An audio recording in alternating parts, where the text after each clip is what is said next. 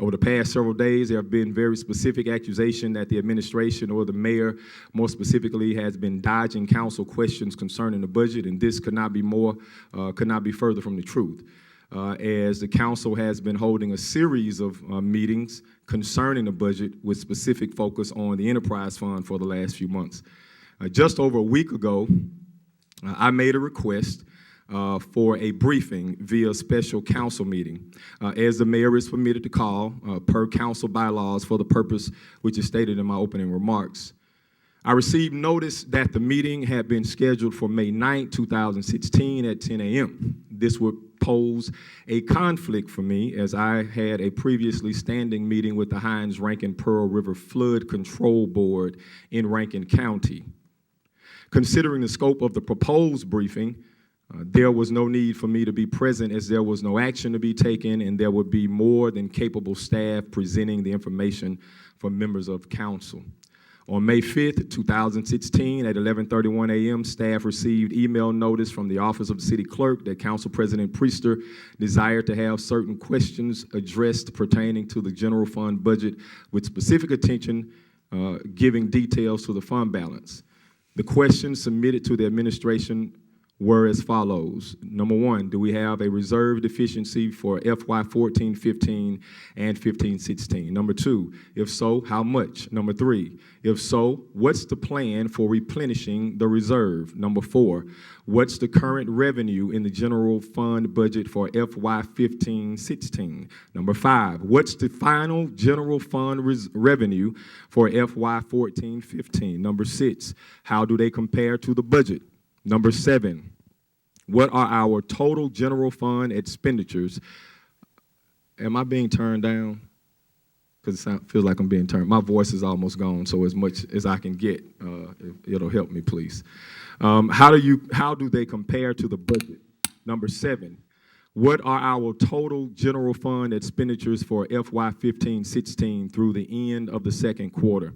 Number eight, how do they compare to the current budget? Number nine, what's the fund balance for FY 15-16? Number 10, how much fund balance from the end of FY 14-15 did we plan to use to balance the budget for FY 15-16?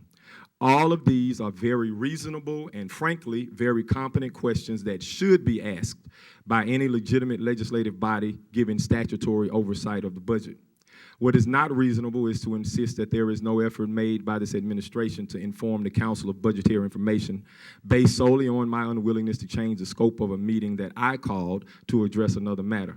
As a matter of fact, in an email to Council President Priester dated May 6, 2016 at 7:37 p.m., I specifically asked, was this budget information being requested to take precedence over the original purpose of my request of this meeting? Then requested that there be a separate budget meeting scheduled to address these matters in order to give finance an opportunity to refocus from mounds of enterprise fund presentation preparation. As a former council person, I understand the necessity for good information in a timely fashion in order to optimize decision-making. For this reason, the administration has extended a courtesy to the legislative body that has never been extended. That courtesy is an opportunity to access the city budget information by the city council's full-time policy analyst. This full-time analyst, as I understood the job description when I was a part of this council and helped draft that description, is to provide budget-specific information with analysis of the budget and to keep the part-time council apprised of any budgetary movements. In times preceding this administration, the courtesy to see council and mayoral staff integrated was not only non-existent, it was taboo. This council recently approved movement of funds from the fund balance to the insurance fund. There was a fund balance update to the best of our ability with limited information given at the movement of these funds. Fund balance concerns did not just arise, but were glaring at that approval request. Over the past several weeks, the interim director of finance has, through the financial advisor, the municipal advisor, extended the opportunity to have one-on-ones with council members to get input from council about the budget and to entertain any issues the council may have had. These were meetings initiated by the administration. Again, a courtesy not seen in recent administrations, or at least not since 2009 when I've been a part of this particular body. Council President recently had a meeting about the reserve fund and its impact with, or was rather apprised of the reserve fund and its impacts by Kipling Jones, the city's municipal advisor, where a memo dated May 2nd was shared and information in that memo. This meeting was initiated at my behest. Again, in an effort to keep the council through its leadership apprised. Over the past few months, the council has, through the power of committee, held a series of budget meetings. Budget meetings and all other council-called agendas are set and administered, as we see, solely by the council. You see, ladies and gentlemen, the budget master is and always has been the city council. The budget is what makes this council strong.